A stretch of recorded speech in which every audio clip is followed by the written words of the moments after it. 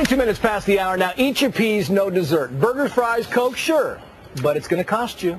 Uncle Sam's new view of what life should look like in the good old U.S. of A. Apparently, the commander-in-chief thinks too many of us are, to say this delicately, fat and not eating right. Speak for the yourself. government's hoping to make physical fitness a national issue and taxing everything from junk food to soda to your favorite glass of Cabernet. Tell me it's not the truth.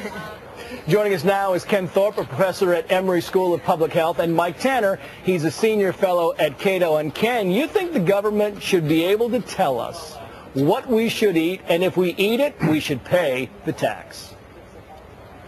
No, I don't think that's the role for governments. I do think we have a major problem here. We've had a doubling of obesity since 1985, and that contributes to 30% of the growth in healthcare spending. So we clearly have an issue. I think the role of government is to provide incentives, to find programs where people can lose weight if they want to lose weight through their employer or in the community setting.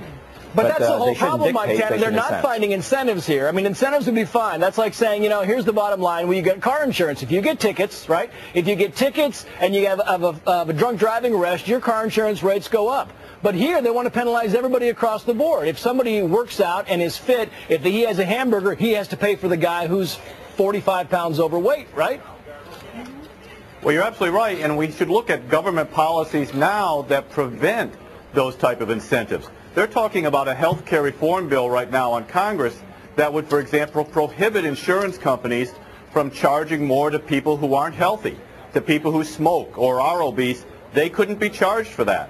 I think that we should allow the marketplace and private organizations to deal with the fact that we are far too unhealthy as a society. Yeah, we are unhealthy. I don't think anybody is arguing that fact, Ken, but the president says, and I'm quoting here, all this is to save taxpayers money and some businesses more, and ultimately, and the reason he's saying businesses is because if you're not overweight, if you're not unhealthy, you're going to come to work on time.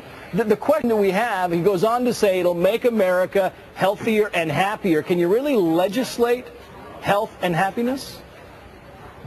No, you can't legislate it, but again, what the president's talking about is putting into place programs, whether they're school-based programs, community-based initiatives, initiatives at the workplace, that are voluntary, that for people who want to lose weight and stop smoking. But all these taxes, Ken, are not voluntary. These taxes are not voluntary. These taxes would be mandatory. I mean, that's the thing is sugar and cigarettes and alcohol and anything that's fatty, these would be mandatory. So this comes down to, wait a minute, we are going to decide what we think is good for you, and we're going to take your responsibility out of the equation here, and we're going to penalize you for eating these things and drinking these things, right, Mike? Well, that's right. The health care bill that is being talked about right now would include an increase in in beer taxes, for example, would include a federal tax on soft drinks for the first time.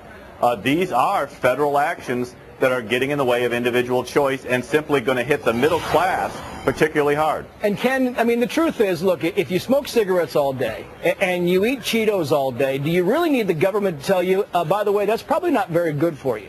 And then 25 years down the road, when someone tells you that your cholesterol is sky high, your blood pressure is sky high, and guess what, you're not going to live very long, you think, well, if someone had just told me this 20 years ago, I wouldn't have eaten Cheetos and smoked cigarettes all day.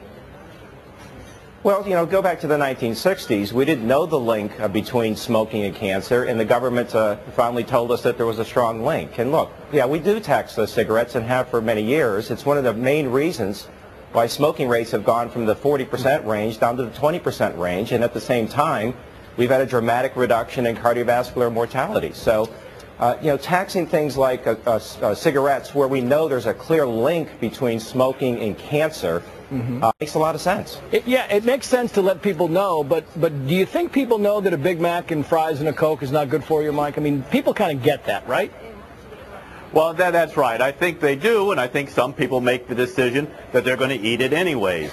You know, part of the reason is that we socialize the cost, because we're going to forbid insurance companies from charging more to people who aren't healthy. It means those of us who are healthy have to pay higher premiums, and that means we get to impose our lifestyle on these other people in order to hold down costs. If we simply allowed people to bear the consequences of their actions, then the cost would be apparent and people could make that choice.